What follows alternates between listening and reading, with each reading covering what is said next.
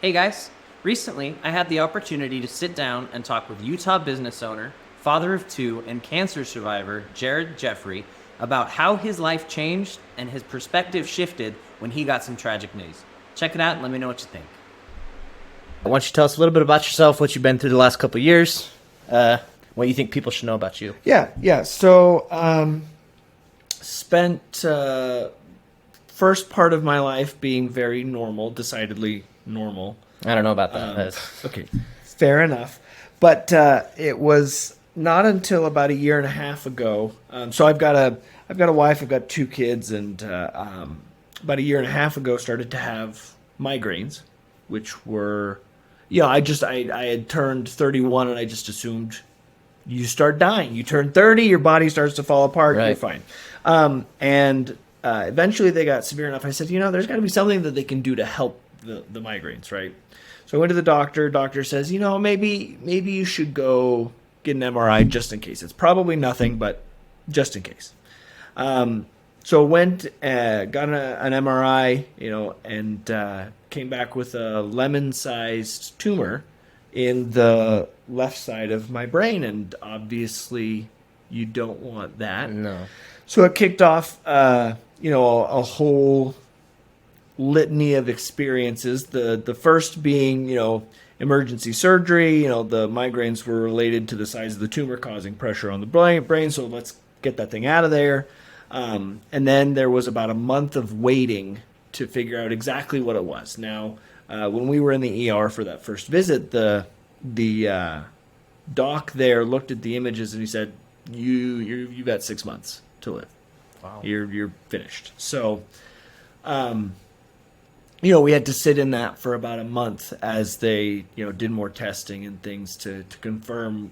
But he was pretty sure that was what was going to come back. So, you write the will, you sit on the couch and cry with your spouse for a very long time. Yeah. Like you process all of that, and then, it comes back. They do some genetic testing on the tumor, and it looks like it's about as weird as I am. Thank goodness.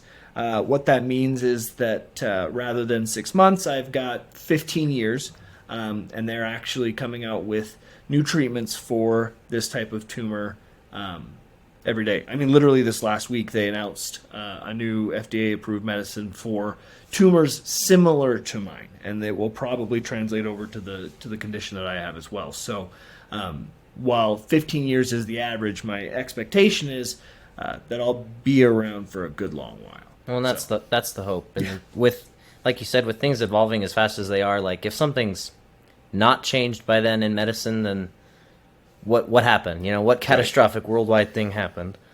So that's crazy. So one day you're fine, everything's plugging along, working a regular job, living a normal life, and then whirlwind. So what changed in your mind and your perspective of life?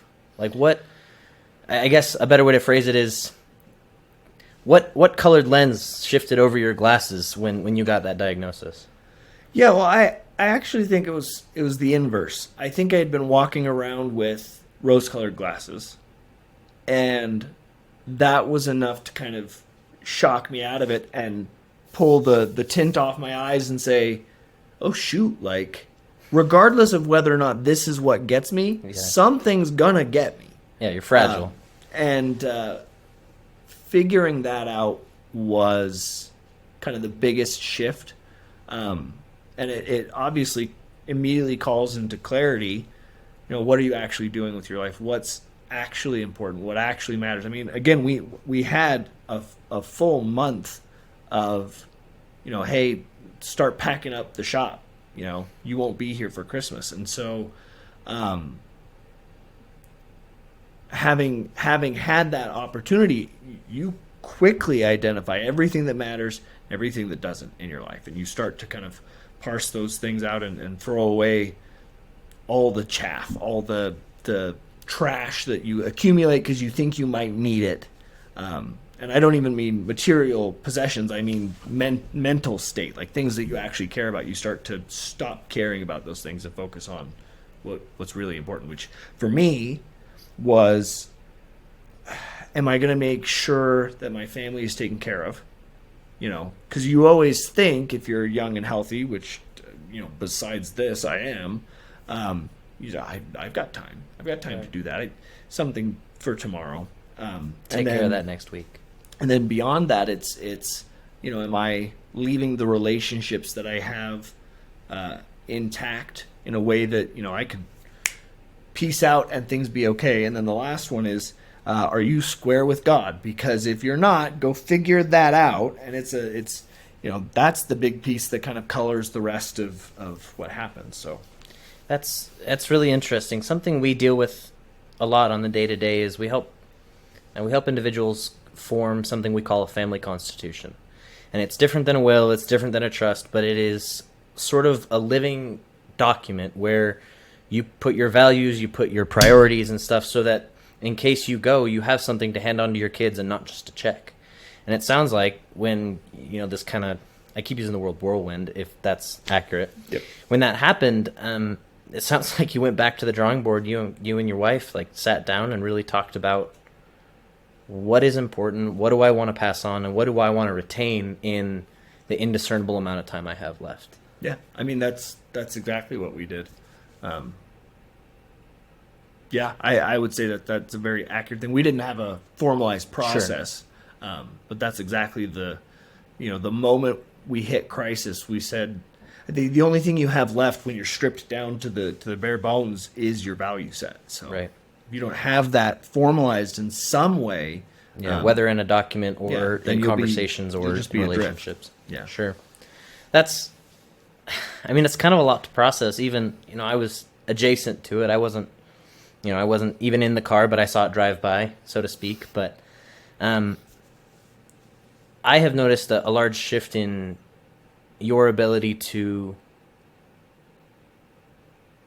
I don't even know how to phrase it, your ability to show compassion, and I don't know if that's the right way to phrase it, but your ability to empathize with other individuals.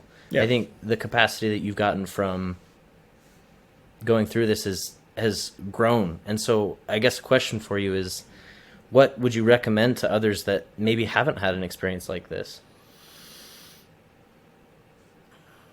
So I don't use Facebook, but when I was diagnosed, I kind of dusted it off because I knew at the very least my grandma and all of her best friends would be able, that's the only channel that they're going to get. The crockpot ladies, right? Yeah. So there were a few things that I put out on that channel just to say, hey, this is what's going on, right? Because I think people deserve some level of information. Right. It goes back to maintaining relationships. Yeah. One of the things that I said there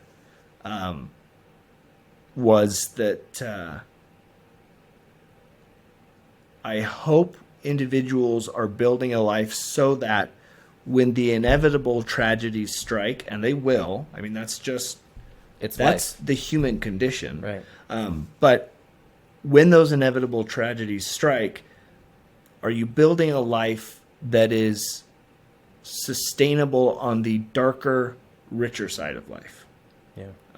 And for me, that was, you know, human relationships, being able to build up, you know, with other people. The one thing I will say that, you know, going back to a discussion with God and faith, I had felt for months before all of this happened, we should probably set up a life insurance policy. You know, we should probably do that. And, you know, it doesn't have to be anything ostentatious. I'm not trying to put a big enough price on my head that I go, you know, somebody cuts the brake lines. But, you know, I wanted to make sure that we were taking care of it. It just was just in the back of my mind. I gotta take care of this thing.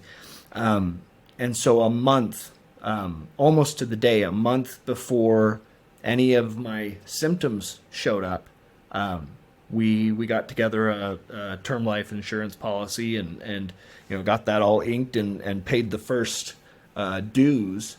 And then a month later, all of this happened. And so I'm pretty sure I'm uninsurable now, but we've already locked in the insurance policy. Right. So if there are people who are like, it's never going to happen to me, of course it will. That's a dumb thing to say. You will die, like, at some point. hopefully at 80, surrounded by loved ones, singing you hymns and praises and, Right. Whatever. But it's going to happen. And so if I would tell anybody anything, it's like if you've had that same kind of tickling in the back of your mind, particularly, for me, it's like I'm the primary breadwinner. Right. And so through this whole year and a half, plus of diagnosis and, you get good scans, you get bad scans, through all of that, it's been like, well, I don't have to worry about the money aspect of things if things turn south, you Right. know, and it kind of frees me up to go and do what I actually want to do, It's, allocate the time you have, and for a while there, you didn't know how much you had, so it became the most valuable resource more than it normally is. Yeah. So to have that weight off your shoulders, I'm sure was invaluable. Yep. So, in the same vein, another question I have is, how has your perspective on money and retirement and 401k, like that whole mess of life that we're supposed to just figure out as adults, like how has that shifted in your life, and what has been the perspective shift? So I haven't made a bunch of huge changes to the way that I view money, but I think that's probably because I was already pretty well constituted. So Right. listen, you're 32 years old, you've lived through 9/11, the 2008 financial crisis, and then whatever the heck's going on right now. Like COVID, the smart thing to do, to have been doing, is to be financially conservative, to live within your means, to have a savings account, all of these. have your So it's like- emergency fund, don't Right. be So in debt, all that we stuff. put Sure. all of those things in place basically at the onset of our marriage a decade ago. And so when this happened, it didn't change anything for me, but I have friends who have gone through similar experiences, who were not as financially cognizant of what happens if things go wrong. Yeah. And so the fact that we were able to kind of weather this storm, which was, emotionally and physically traumatic. I mean, I dropped 60 pounds during treatment. It's effective weight loss, but not in the way Yeah, you I want. wouldn't recommend it for anybody. But the one vertical that we didn't have to worry about was the financial side. It's like, okay, we've got all of that kind of structured, So there was multiple times in the last decade where my wife and I were like, well, let's just buy the new car. Let's just go on the next trip. And I'm not saying that we didn't go on trips. They were just always planned. We paid in cash. And so doing it that way meant that we didn't really have to change our views because we had already structured our finances to be trauma resistant. Right. Never trauma proof, never accident or natural disaster proof, for lack of a better term. But being proactive and having a proactive approach to finance and to life can save you a lot of heartache, especially with that life insurance policy, with money, with making sure that your life is aligned in a way that if something happens, that at the end of the day, you can look in the mirror, you can look God in the mirror or God in the face and say, you know what? I did my best. Yep. And I think that's important.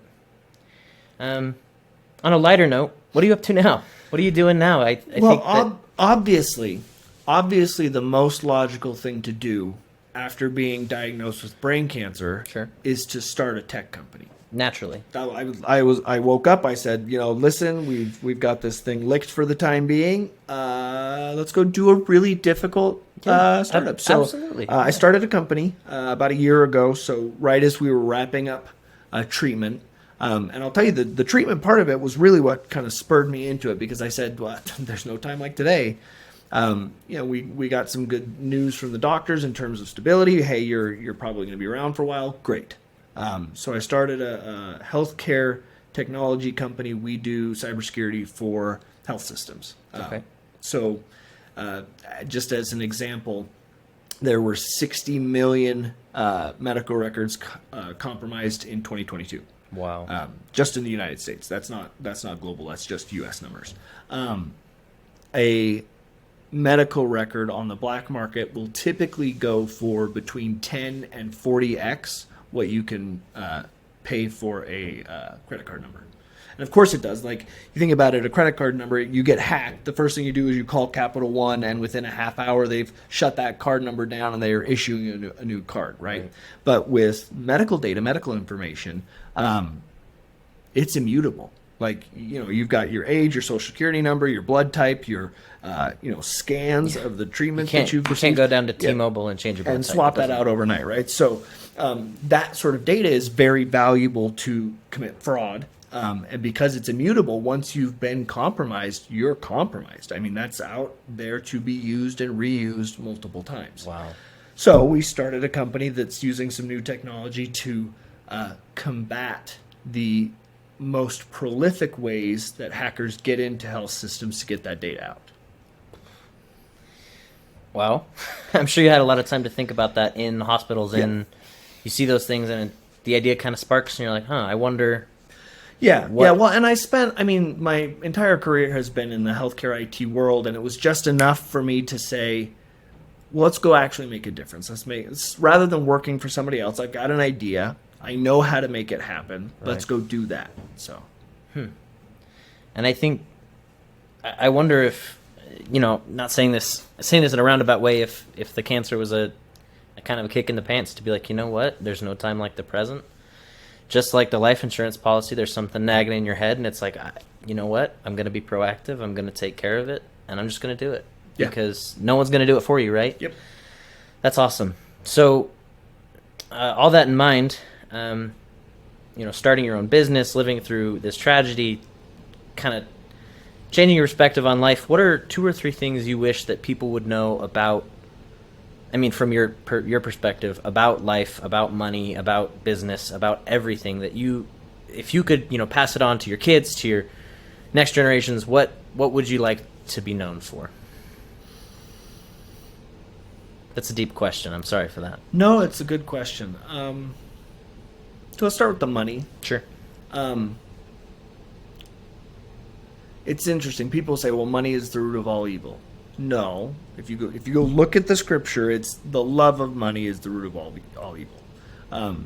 So the one thing, and I'm trying to teach my boys this, is that money should be viewed as certificates of appreciation. You do something for somebody else in the market, they value that, and they give you little certificates of appreciation, say, hey, you did a great job. And depending on the value that you provide to them, is the number of smiling presidents that they give back to you. The number of gold stars you get. Yes, exactly.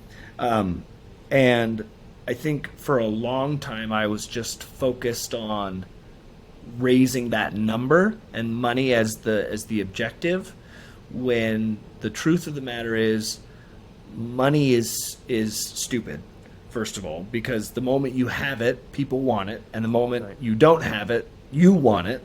So money is stupid, and instead focus on what are the things that I want in my life, how do I want my life to be structured, and then just go provide value to the market commensurate to the life that you want to live. So you want to be Andrew Tate on a mega yacht. Congratulations. Like, you're going to have to structure your life very differently than if you want a paid for house for your wife and 2 kids to, run around in the backyard with the swing set. Like those 2 things, I'm not going to say one's right or wrong, though there's one I'm doing. Yeah. But don't let the money drive you. Let the vision drive you, and then go figure out a way to fund it. Okay. So to sum that up, make sure I'm on the same page. It sounds like build a life that is run on systems, not on a number. So find a way to fund those systems to live the life you want. Mm-hmm. Money is purely a tool to reach goals, live a life you want, live a way you want, and then you can decide what you need to make, what you need to have, what your goals are, how much you need to have for retirement, X, Y, Z, in order to meet those goals. But without those goals, it's all arbitrary. Yeah, well, you could say, you could pin it at $5 million. You could say, once I get $5 million, my life is going to be everything I wanted it to be. And you'll hit $5 million, and because you were chasing a dollar, not a sense of fulfillment with the things you already have, or maximizing the things that actually matter. Sure. You'll hit 5 million and you'll go, the first 5 was really easy. Let me go after 10. Let me go after 20. And you see it all the time, people that chase and chase and chase. And so putting money as the end is, you'll never reach it, right? You'll never actually be satisfied.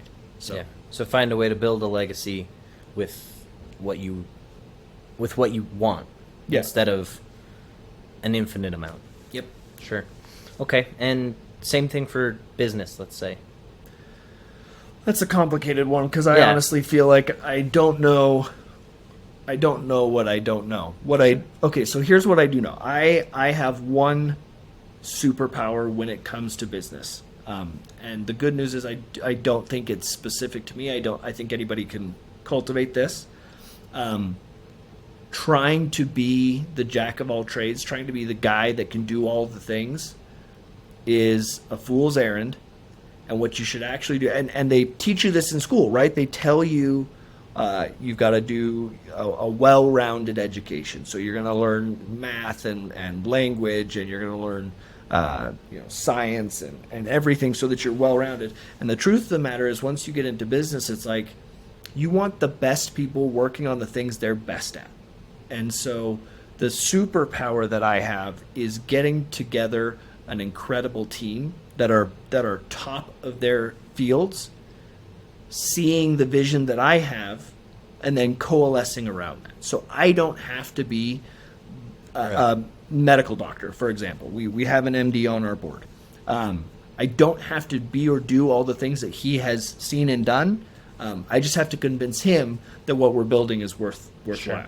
So if you're looking at business, you're like, I want to go do this amazing business, and you start to get hung up on, well, I don't know how to code, or I only know how to code. Right. Okay, fine.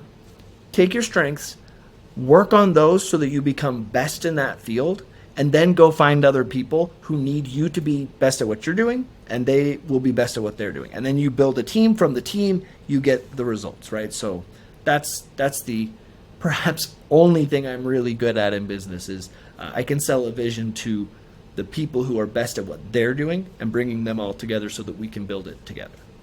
Okay. Yeah, so establishing a professional network that is strong, and maybe not even just a professional network, because that's kind of an outside thing, but bringing people onto a team with a united goal to come together and work out the best results for that goal, the shared goal. Mm-hmm. I think that we've hit on a lot of really important things today, things that we could talk about forever, things we have talked about forever, without any great depth, but a lot of great knowledge regardless. So I appreciate your time. I appreciate you sitting down with me. I know that running a startup's busy. You're always busy, and you got 2 young boys and all that. So appreciate it, and talk soon. Sounds good.